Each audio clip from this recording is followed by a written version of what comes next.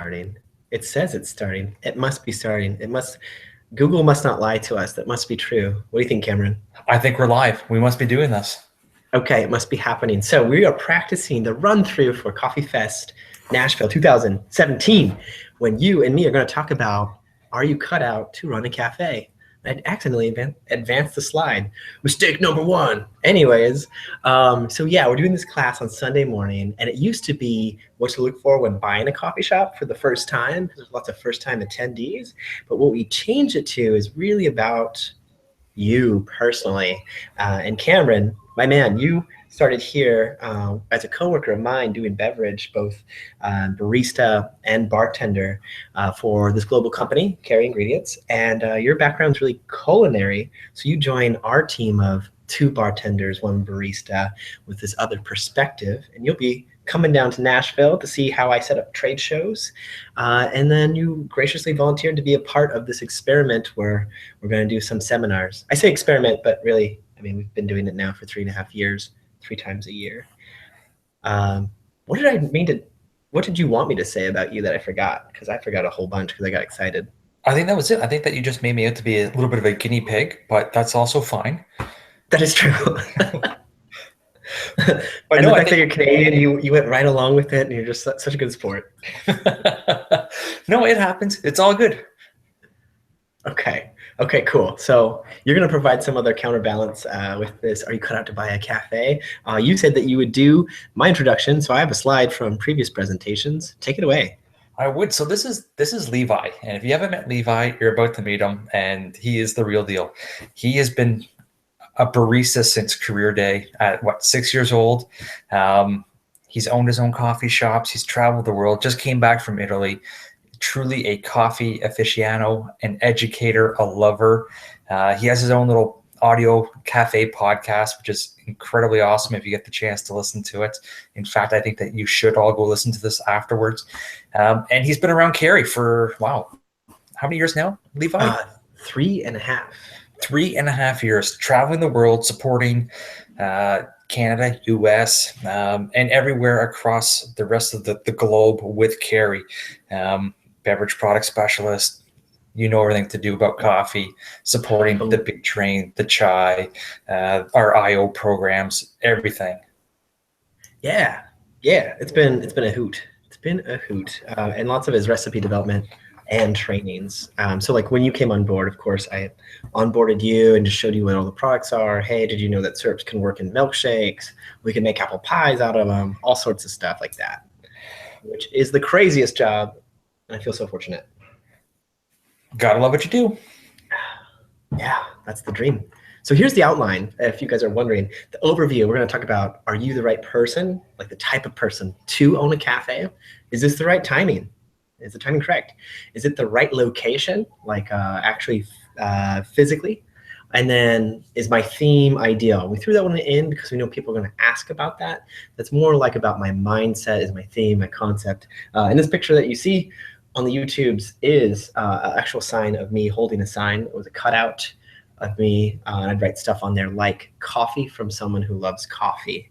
And that was really what my shop was about. I knew in the Maple Valley area, if you came through, you would get coffee from somebody who is the biggest fan of coffee in that area.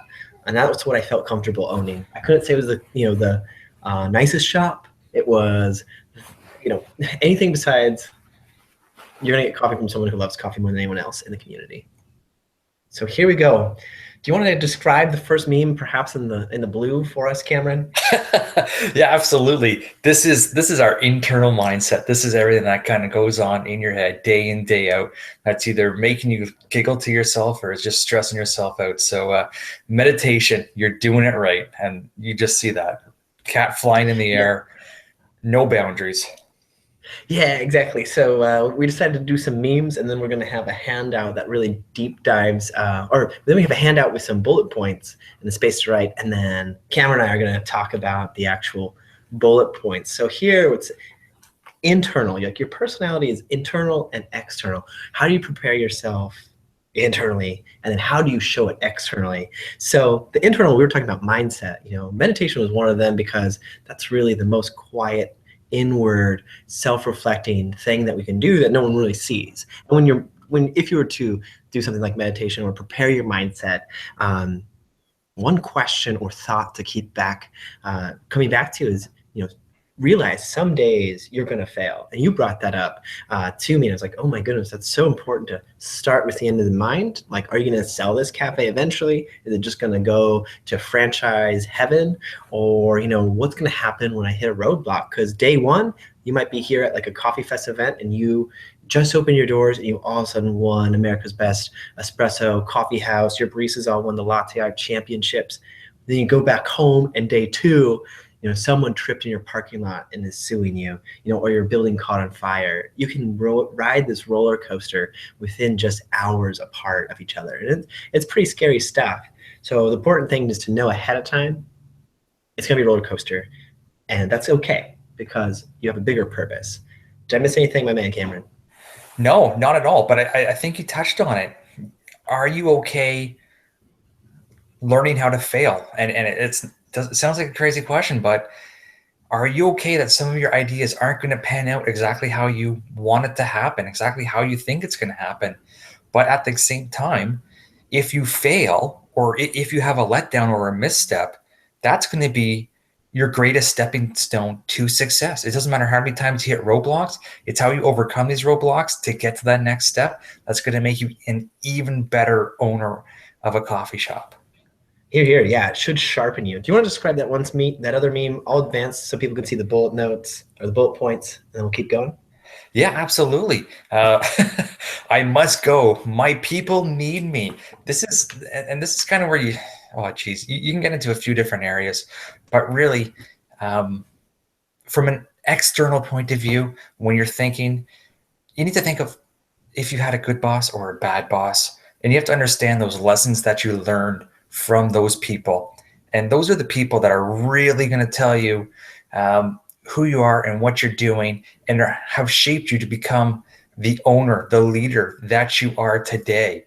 And you take those lessons, you take those negativities from those other positions that you had, and you say, I'm never going to do this. I'm never going to be like this. And all of a sudden you find yourself here ready to open up this cafe as a leader. And now you get to put in your thoughts into action and to show how you are leading from behind, how you're pushing your team. Yeah. Well said. And I realize now the outline I sent you is out of order of this one. And you totally brought this up where you're a boss versus a leader versus a friend. I thought that was really key. That's that external focus that we're talking about where you can model. Are you going to be just cracking the whip at people? Are you going to be grabbing the mop with people and saying, hey, I'm leading by example? Are you going to be the friend and say, hey, I'm really proud of this business. I'm proud when people come in and they see your face, because I think your face behind the cash register is really a better face to have facing the business and facing the customer. Just what you said, but it just makes me excited when you can realize you have all these wonderful resources around you, and these resources happen to have brains and personalities and are wonderful people if you've hired really good people. Yeah, absolutely. You said it. And that's when you look at hiring and when you talk about hiring, you're only as good as the weakest link in your chain. And you have to discover who you are and what you're bringing to the table. And if you're quiet and you know the numbers and you know the business inside and out, then you're going to need that external person there that is showing the flair, showing the love to every customer that comes in, because that's not what your strength is. So you have to figure out what your yin and your yang is to make this coffee shop work. Yeah, totally. Obviously, you got to love that business. You got to see it through to the end. Realize that this business is going to be a reflection of you as well. Talk about this internal that turns into an external. What parts you really want to accentuate there? What are you prepared for? How is it going to reflect poorly on you and you go, oh crap, I am pretty unorganized, or I am okay with being a little bit more dusty and unclean, but I should be more spotless. When I was talking about my business before, people would ask, do you like it or whatever, or how's the business? And the joke I would always say is, it's like having a baby. And now, Cameron, you have 2 babies. I have 0 babies. So forgive the analogy if it's off, but it's like it keeps you up at night. It keeps you broke. It keeps you stressed, tired. You're always working on it. It never says I love you. It never gives you a hug. Well, sometimes it does, but eventually you start to see it walk. And you start to see it have its own personality. You start to see this business or this kid go out into the world and make its own friends and have its own identity. And eventually, like the metaphor, like father of the bride, you have to let it go and walk it down the aisle and let it set it free into the world. And that would be like selling it off to somebody else. And that would be a healthy life cycle, I think, of a business. It's going to take a lot of work, but eventually it comes into its own. It's its own thing. Did we cover everything on the hiring to your weaknesses? I think so. I think we nailed that one. And I think, again, you have to just kind of drive through that point of really knowing who you are and what you need from your business and what you're going to bring from it. Don't think that you're going to be the rock star superstar, because everybody needs that right-hand person, that left-hand person that really help you succeed. Yeah, you're here. Cool. All right. If we were doing the printout, you would see these wonderful places to take some notes. All right, so the next one we're going to talk about our espresso spouse. And we have a couple memes here. Do you want to describe the blue one and then the orange one? Well, I guess it really depends if you're a good morning person or how many cups of coffee you need to drink just to get going. Yeah. Not much more than I can say to that one, I think. So we have the really cool latte out of a cat coming 3D out of the foam, and it's a smile. And then we got one where someone messed it up. It says good more, and then down below it's like someone else trying to make one. And it looks like Grumpy Cat. It's all frumpy. It's like no good morning. In the customer service presentation that I do, I talk about sometimes you have the right person but in the wrong spot, and that could be like a morning person that's always closing, or night owl that's always opening. It could be exactly the right person. They can actually work literally every single spot of the cafe, and they're 100% perfect, 99% perfect, but it's the wrong time of day. That's the only thing that you've scheduled incorrectly, and it totally changes the whole dynamic. And then what about the other one? Oh, geez. We want to get married right meow. Everything has to happen right meow in this day of age. And well, you know what? This is when you need to have that conversation, and you need to set that time aside to make sure that you're comfortable, because this is going to be some long hours, and well, it's going to be some time away from your loved one or your family, and you have to make sure that you're ready for that. Yeah. So that one, of course, is bride and groom, little kittens. You want to get married right meow. So things will come up as the first bullet point, which you were just explaining really well. And you were going to say something about like over communicating. When we were talking about this, you're like, I think people are going to under communicate and assume they over communicated. Do you want to expand on that a little bit? Yeah, I mean, everybody does it. Everybody thinks because of this day and age of technology and cell phones and texting, you can get away with, I'm not going to be able to make it, or I'm going to be late, or I'm going to be 10 minutes late, or something like that, and think it's going to be okay. But if you have that right partner with you on this journey, then you really need to be upfront and honest, and really make sure that you're stressing, look, this is what's going on. This is why I'm running late, or this is why I have to go in earlier, or this is exactly what's taking place in my life in the shop right now. The more they know, the more they're going to trust, the more they're going to understand, and to be able to help you get through this part of opening up a cafe. Yeah, I used to have to warn people, friends, and say, hey, I just talked for like 6 hours straight. I'm spending a minute with different people over and over again. I just need like 10 minutes to sit down, get some nice carbs, some warm, protein, cheese, pizza, something in me. And I really would paint their expectations of like, I'll bounce back. I'm going to be quiet and eat. And then in a half hour, I'll be back. And that was over communicating, because you're really living it and breathing it for quite a while. So also for when you have an espresso spouse, as we were saying, we're going back and forth on like partners, or what do we talk about? How do we define this? But it's really about making time for each other, the co-ownership of that relationship, where maybe once a month, because you just started this business, you say, hey, like once a month, I can't plan a new date every month, but that first Friday or whatever it is, let's just take time. We're going to go get Chinese food here, or get, a donut there. Like we have a set thing for the next 6 months. We're going to do either or, just so we know what to expect. The rest of the time, if you want to do something special, then let's do something special. But for the first 6 months, this is really what I can do on the ownership of that, doing something special and getting out in the area. You want to talk about discipline to leave it at the door? You're probably better at that than I was. Yeah, I mean, this journey that you're on is going to be filled with ups and downs, but at the same time, if you're not talking to each other and taking time for each other, then really that relationship's going to fall apart. And this is the time that you have to stress is whether we have a date night and it's Sundays, or you have a date night because it's a Monday or a Tuesday, or it's just the minute you walk through that door to your place, you have to find that comfort zone where, you know what? We can't talk about work anymore. Work is consuming you for 10, 12 hours a day. You have to turn that off when you come through that door and really make sure that you are focused on now working on building your relationship with your partner, with your spouse, and making sure that there's an open line of communication, making sure that you guys are on the same page, or you're dealing with the struggles of maybe what your partner went through that day. Did he or she have a bad day at work? You have to be there to support them just as they're supporting you. Yeah. And I feel like we're pointing it out. I feel like we're over communicating this, but that's okay. Because we can over communicate because we need to be reminded of what's going on. Exactly. That's what it's about. This presentation, we have some notes for people. I want to talk about this one because it has a little cat mustache, and I happen to have a bearded mustache at the moment. There's a black and white photo, looks like 1920s or so, and a cat looking off at the distance, dressed very dapper. It says, "Jenkins, fetch me that red dot on the wall." And here we're talking about business partners, pure business and respect. I think I should update that subtitle from pure to purr or something like that. I can't purr, but that would be so fantastic. Oh, that sounds perfect. Yeah. Too much? Too much.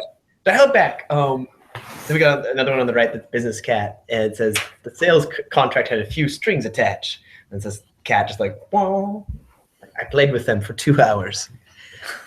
If you can't catch the theme, it is all going to be cat memes from here on out. Actually, the entire thing, just because that's what I like. It's the best. So, do you have the right partners in your life? Now, we're going to talk about that being financial, just that personality. We already talked about romantically or your personal life. This is just business. You have the financial backing you need. It's such a big bucket. The personality, that can be the work ethic, your someone that matches you, or it's the yin to your yang, and then your personal weaknesses in check. That is, say, if I'm all great about beverages and I'm not good with food, but I want to have some food at my location, I might reach out to my buddy Cameron, who has this former culinary experience, and say, hey, let's do a chef and barista double team here. That's about hiring to your weaknesses there.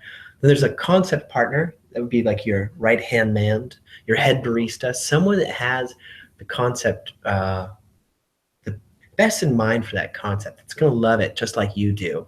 And that would be definitely, if I had the go in together, you would have the right hand of all the food. I would know that Cameron's got it covered because we went as a partnership. Who cares how much money we both put in? Who cares who works longer? I know that Cameron, no matter what comes up, has the food in check. He knows that I have the beverage in check because we're partners. Do you want to add anything to those few bullets I just ran through?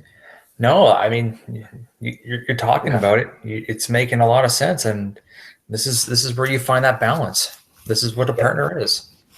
Cool. And sometimes it's just, it can be your best friend. Someone that is just a good friend, and you know that you've worked on projects together. If you've tested it somehow, that can work too. Doesn't always work unless you've tested it together and you go, you know what? We've actually been through work together. We know it works. Apart from that, make sure personally you're prepping yourself by going through a SWOT analysis and really say, hey, these are my strengths. I'm outgoing. I can bounce back. I'm creative. Well, then my weaknesses must be the antithesis of that. Or if it's more apparent what your weaknesses are, start out there, whatever it might be. Here's the opportunities. I know a lot about specialty coffee. I know about deli meat. I know a lot about whatever it might be. And I'm in a market that doesn't have this concept. That seems like an opportunity, or the threat might be no one else knows what this concept is in my market. really stepping back and looking at that would be hugely powerful for you. There's that internal strengths and weaknesses, external as well. One way to learn about this, if you don't know where to start, is really to look at a mentorship. Of taking some people out to lunch. I've done stuff like you've done, obviously, but there's a better idea, I think, for the coffee industry, and it's what my buddy Benjamin Chauvin did in Rockford, Illinois. He started having little parties where you'd have roasted coffee and whatnot. You'd have people over, and he'd have sampling. He'd turn it into a little bit of a party.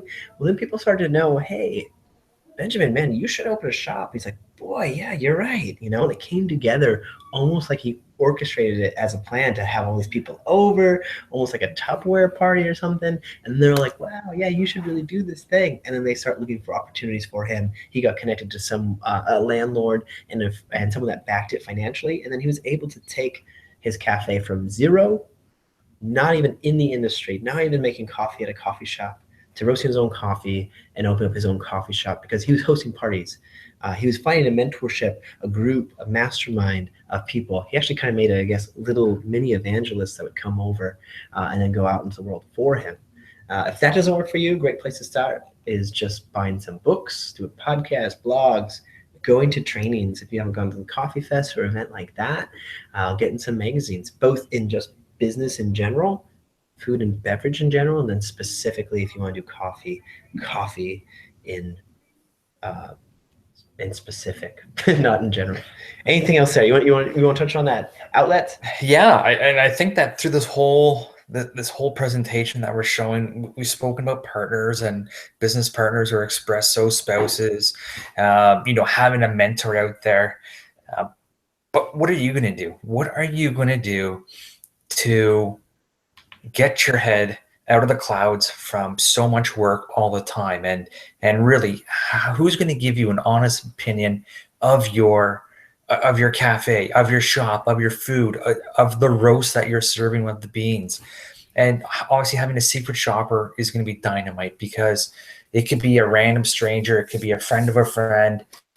Come in, give me an honest opinion. Here's 10 questions that I have for you. Let me know what you think, and let me know afterwards.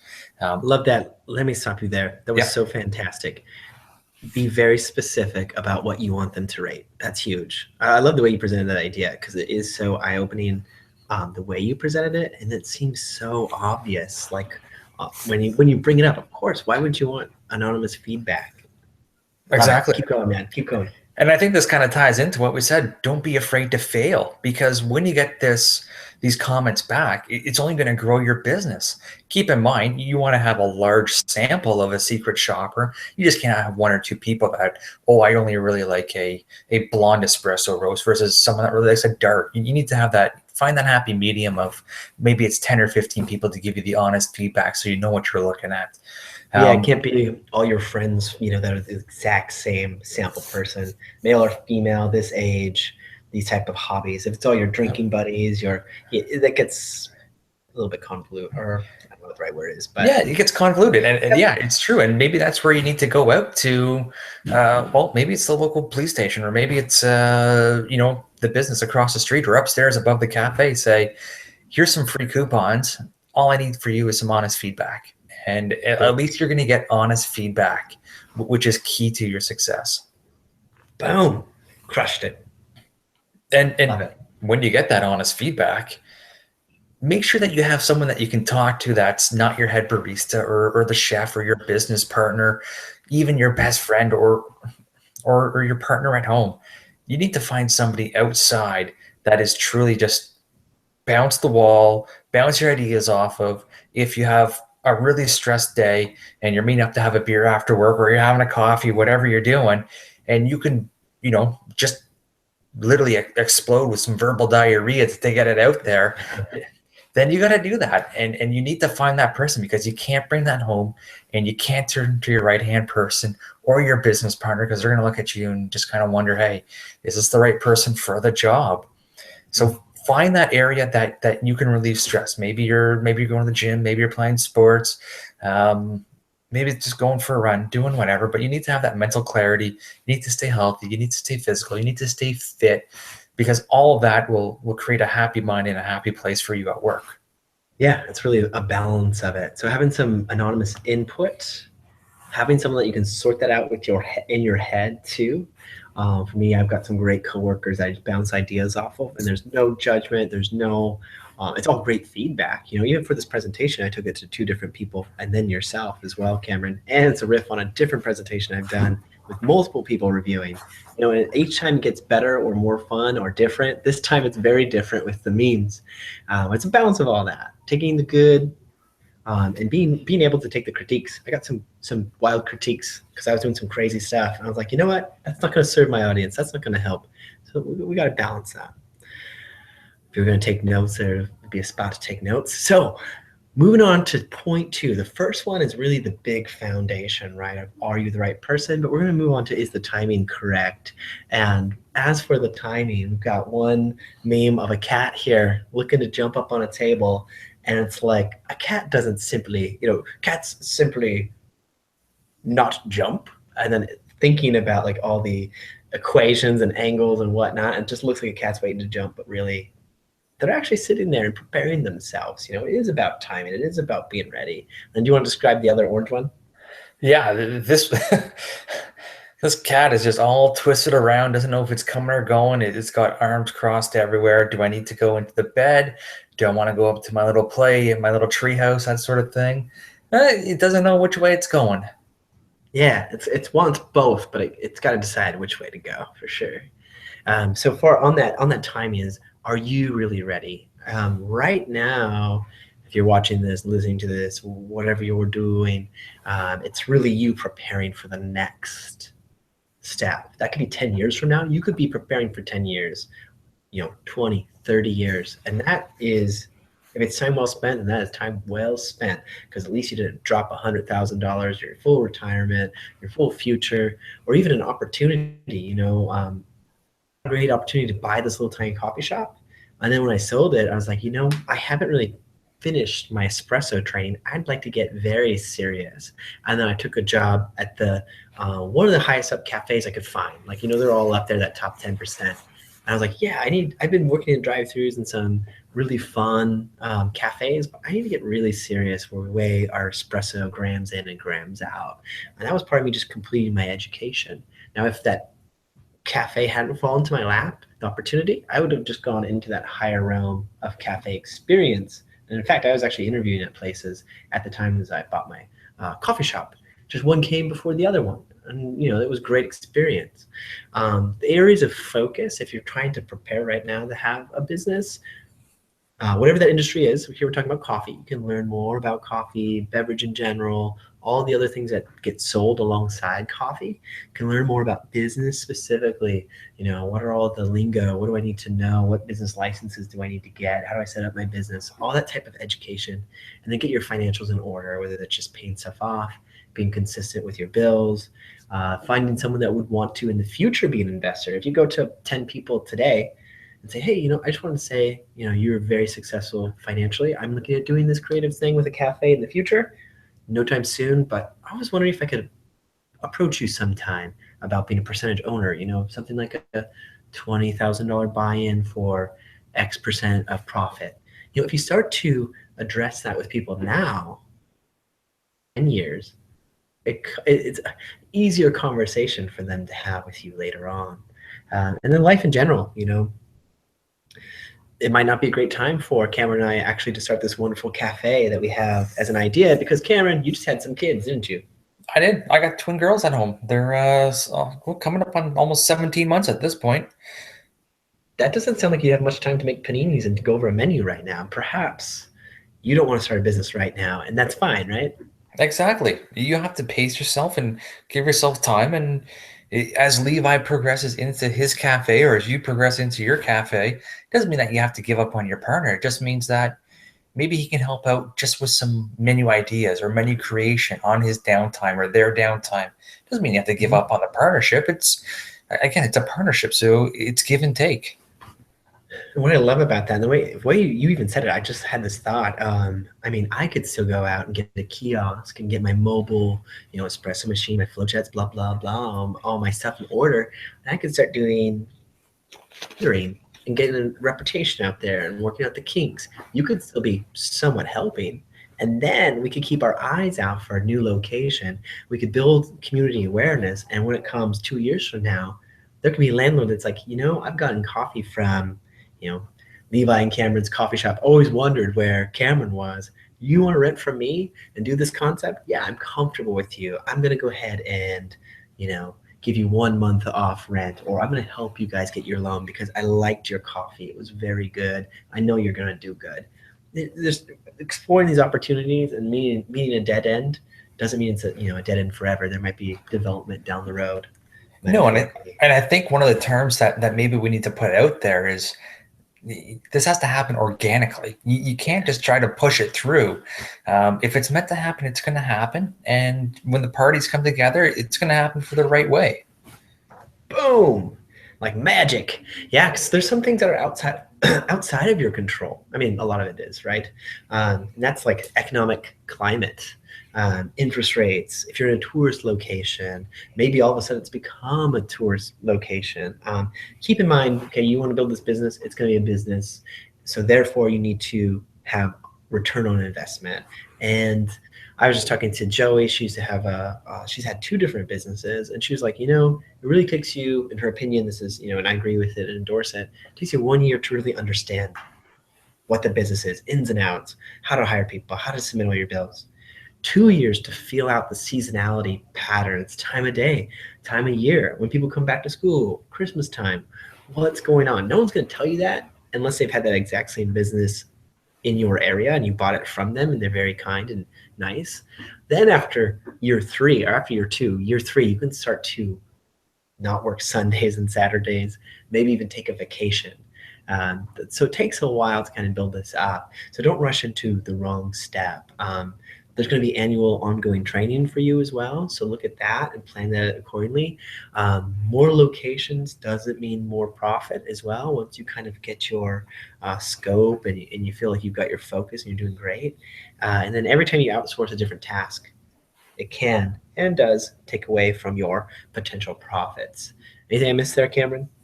No, I think you hit the nail on the head. It's going to take some time for this business to grow. And as it grows, you're going to grow with it. But yeah, you need to understand it. You need to really learn from the business itself, because you're not going to know everything in 4 to 6 months. The next 4 to 6 months are going to be completely different. Yeah, I'm going to find my piece of paper here. I just wrote down a quote that you referenced, and I like the way that you just recapped that. This is really cool. Where is it? It says, experience teaches only the teachable. And that's what it's about, just being teachable the whole time, looking for the opportunity, looking for the lesson so you don't repeat failed experiences is really good. So on the seller point, things for timing, because it is outside of your control. You might be buying from somebody. That seller, they might not be ready. They might want to pay off this, that, or the other, or sell it when they have their kid or when their kid is grown. There might be multiple buyers and you're waiting for one to fall through. The real question here is what's motivating the seller. If you're buying a business, that's part of the timing. If you're buying an existing, why would someone want to sell? You can work around that. If they really want to have a legacy of a wonderful business, you can tell them, hey, I want to make this business even better. I really like how you did X, Y, Z. And, I love saying paninis just because I love paninis.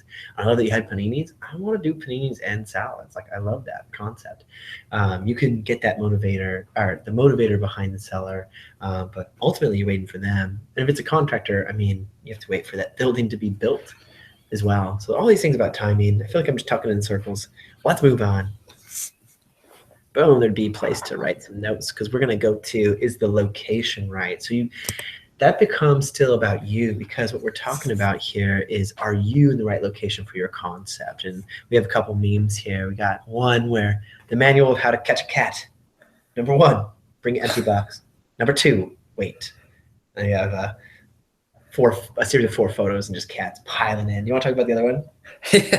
What if the human is not my pet, but I'm his, and the cat's just like astonished, huge eyes, just, oh boy, this cat's overthinking this one in a very, very deep sense. Probably had too much coffee. That's right. Yeah. So on the left, the one where it's like, hey, sometimes you just have that box, you walk, you show up, you have the opportunity, and everyone comes. The other one is sometimes you're in the middle of nowhere. You just go, what am I doing here? You have an existential crisis because you actually chose the wrong location. That's the motivation behind the memes, the memeovation or something. So is this the right location? I'm going to just show you the bullet points here. It's cannibalism, demographical changery, which I love. It's a Familiarity. word. It is a word. Spell check didn't stop it. I like to do because I know it before. Familiarity with the area, and then keeping open-minded of what you can make of it. So the cannibalism, if you have an idea in mind, do you line, how do I want to say this? The spot you want to pick, can that demographic support it? Can it support a cafe at all, or yet another cafe? Are you in a town of 3 people or 300 people or 300,000 people? Big difference on how many cafes can fit in each of those locations. Then there's demographical changery. There's a possibility of new construction. Brings in a high school, offices, new neighborhoods, new highways. Where my mom had her coffee shop, it was in between a high school and elementary, 2 schools, and it was fantastic because they staggered for the traffic patterns, they staggered the start times and end times, and you had 2 different clienteles and all the parents that like to drop off their kids. All the parents giving their kids money as well. That was a really great demographic for us to be at. I blazed through those. Did I steal any of yours on there? No, I think all that's left is to talk about being open-minded and how does the outward reflect the inward, and really what does that mean, right? That's again, you look at the other 3 points: being familiar, cannibalism, the demographic. If everything is lining up from the outward, what does that mean? Does that mean that you're ready? Does that mean that you're about to hit go on purchasing or taking over the building or the lease? You just have to figure out. Sorry, go ahead. Oh, I hate cutting you off. Please finish, but I want to add to that. No, okay. So, one thought might lead you to a better thought. So every idea can be expanded and you can grow off one idea. It's great because of, if you take Levi's mom's coffee shop, it was in between 2 schools. So they could hit the before school program. They could hit the after school from the teachers and the parents, like he said, but then you also hit the lunchtime. So really when that coffee shop first started, they might be like, okay, well, this is going to be great for before school traffic. And it was. And then all of a sudden, you might have kids coming over at lunchtime because they got some pocket change going, hey, I really want to have a sandwich with my coffee or my iced frap or whatever's going on, or I want to have a muffin. And then all of a sudden, you're growing and developing the business. So let that happen naturally. Let it happen organically. But also look at the traffic. Look at what's going on around you. Take a look to see who's walking the streets. Really understand what it is people are looking for, where people are going that's within the vicinity. And really, so that really becomes like your comp set and understanding who your competitive analysis is and how you're going to get people into you and why are people driving 5 minutes away when they can walk right across the street and get everything they need. Boom. Yeah. When I typed up the bullet point also of how does the outward reflect the inward? What I wanted to say too is leading to that last point, the question behind the question. If you're always pursuing, like I already referenced it, it came full circle. I don't know if you caught it, but when I say paninis, I just love paninis. That's why it's my go-to analogy for anything food at a cafe. I love them, but you know what? You know why it's always tip of the tongue? It's because it destroys the roof of my mouth, and I want there to be a better way to consume paninis. That's the real root of why I bring it up every time as a suggestion. And how does that outward, me always talking about paninis, reflect what's going on inwardly? I've been destroying my mouth for years, and I want it to stop, and I want to make a better panini. That's the point behind that one. Steam buns for Levi from now on. I do like that. The last time I was in Canada, I did get food poisoning from such a wonderful treat. All right. Is my theme ideal? We're going to wrap it up here. We've been going for 40 minutes exactly. Right on. Got a nice little meme again. And we got a white cat in a white bathroom with a big old pile of white toilet paper everywhere. He's hiding in the bathtub. He says, "The truth is, I saw it all. It was the dog." You want to take the orange one away? Yeah, absolutely. Here you have this grumpy old cat sitting down right beside an award saying, "I'd like to thank," and really it says no one. And I think that kind of states one of the points that we're going to talk about, and it reflects the audience and your competition. Yeah, yeah. Some of these points, I love the synergy of working with you and Joey. You guys really brought home a lot of this great content. So talking about the ambiance and theme, being that third space, if you will, somewhere where it's someone's go-to. The ownership. Does this concept that you're doing, now that we're at the end, we're talking about you, are you cut out for owning a coffee shop? Does this coffee shop that you want to own resonate with you? Or are you just trying to say, hey, it's a good investment? Because if you want to own a food service operation, retail phase, if you want to own anything retail, and it doesn't resonate with you, that's not going to be super fun. It's going to be a lot of work just to make some money. Much easier to make money other ways, in my opinion, where you have the passion, really to see it through. Some people are lucky and they buy a business like a cafe is the most common one I see because that's the space that I'm in. And they have a kid that grows up and actually really loves it and takes it to that next level. I was talking to my friend Nathan, and he's in that space. He's actually competing next weekend for America's Best Espresso. His dad, I think, was a lawyer. He's like, I'd always like to have a coffee shop so I can, like all the romance, whatever his reasons are. I won't misrepresent him.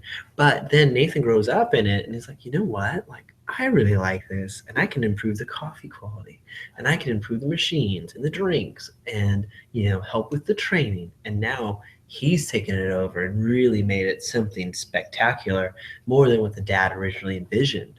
And that's because, for whatever reason, his dad started it, but he allowed someone else to take over that ownership that really resonated with it and brought it home. Another example is Crescendo in Madison. I'm excited to be in Madison, move up there and be around it more. It's a cafe and a music venue that serves alcohol as well. It looks primarily like a cafe, but it also has music component to it. Of course, the name Crescendo ties everything together. And the couple that own it, they met because of music up in northern Wisconsin. And the opportunity fell into their lap, and everything just turnkey came together. The name, the place, really wonderful.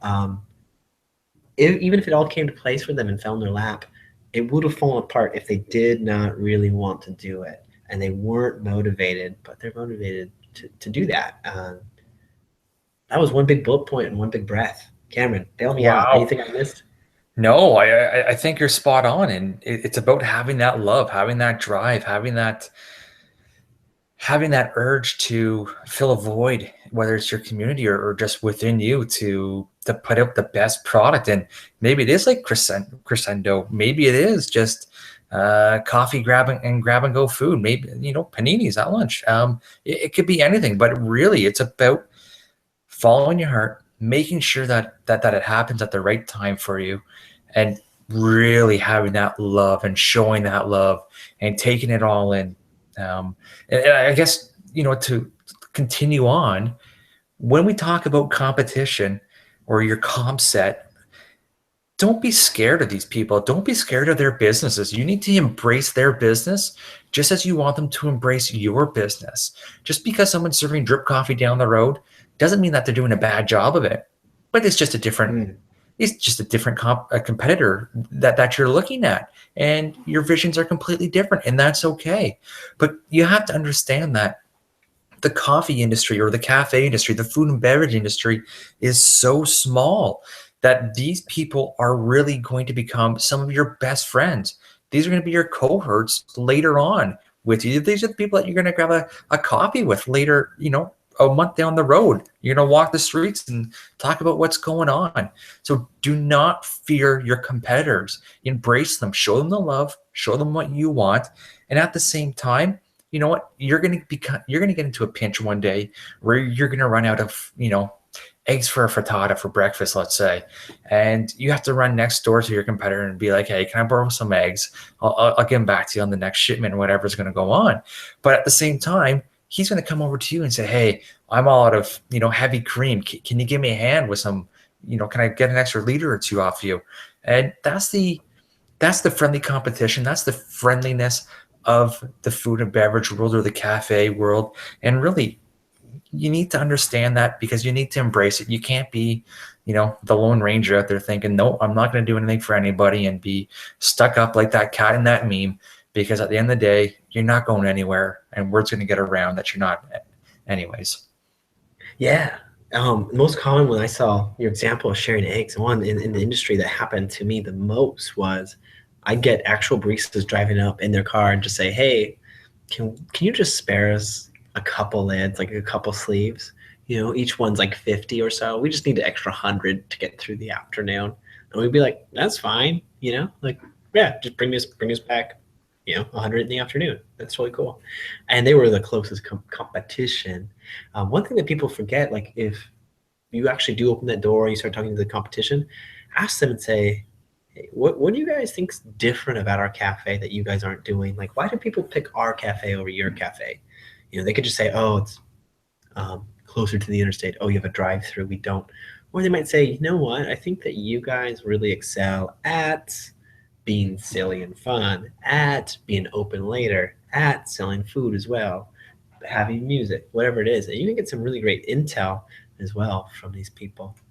So we're just ending it off. This is where if we do the presentation, we won't have this break to talk about these memes. So it'll be a little bit faster, I do believe. We're at 46 minutes, just ending off with some Q&A, some wonderful quotes. I appreciate your time, Cameron, and really investing in this and pushing me to make this even better than it was before. And I'm excited to present this to a bunch of people next week, Coffee Fest Nashville.